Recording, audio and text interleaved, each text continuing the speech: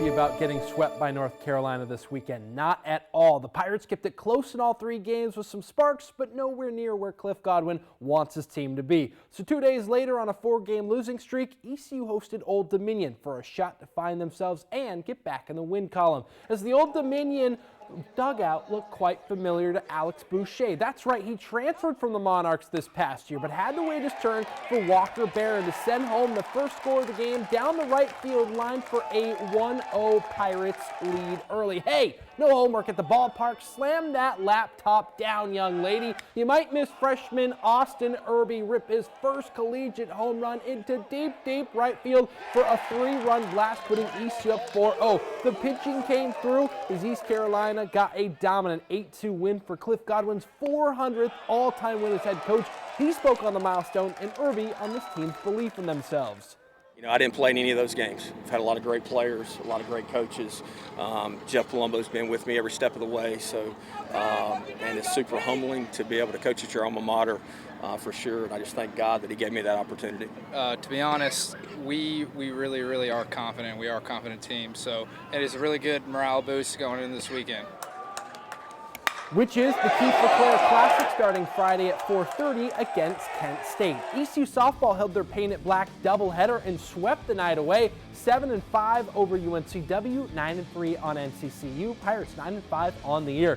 UNC took their sweep over East Carolina and kept rolling with in-state foe NC Luke Stevenson jacked his second home run of the season, and then at the plate, freshman Perry Hargett in his season debut went yard in a Tar Heels dominant W over the Aggies 13-4. And something is off with Duke this year. Number 17 was stifled yet again. It happened against Cincinnati, Cornell, and now this time to Liberty from Nick Barone's not one but 2 home runs in a 12-4 Flames torching of the Blue Devils.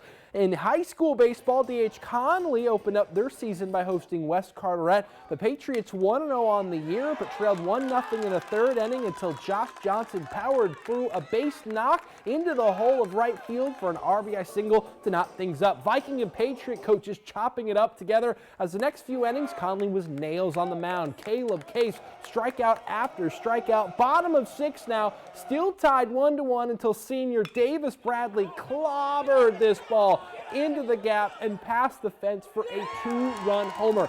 3-1. Patriots would score 4 in the 7th to force a bottom, but Conley walks it off for a 5-4 win to start the year 1-0. In basketball, NC State 1 game behind the ACC tournament cut off the team in that place, Syracuse, an orange squad who dominated the pack all night. The only bright spot was Kinston native Dontrez Styles, scoring 17 points, only state player in double digits, as Syracuse pushes their lead another game away with a 74-60 dub in the JMA Wireless Dome. Let's go, my alma mater. An ECU women's basketball win by 10 at FAU from Farmville Central star Amaya Joyner posting a double-double, 17 points, 10 rebounds, winning 80-70 over the Owls. And in the NBA, former South Central star Day'Ron Sharp started for an injured Nick Claxton for the Brooklyn Nets and went off. The power forward put up a career-high 25 points and added 15 rebounds for a double-double, 8 of 10 from the field, 2 of 3 from long range, but the Nets lose to the Thunder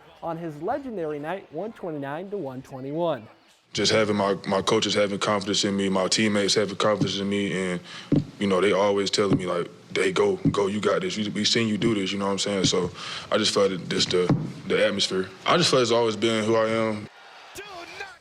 That's who he is. Hopefully he gets more sports or starts. That's going to do it for sports tonight. For News 12, I'm Luke Schwartz. That's tonight's edition of Sports with Schwartz.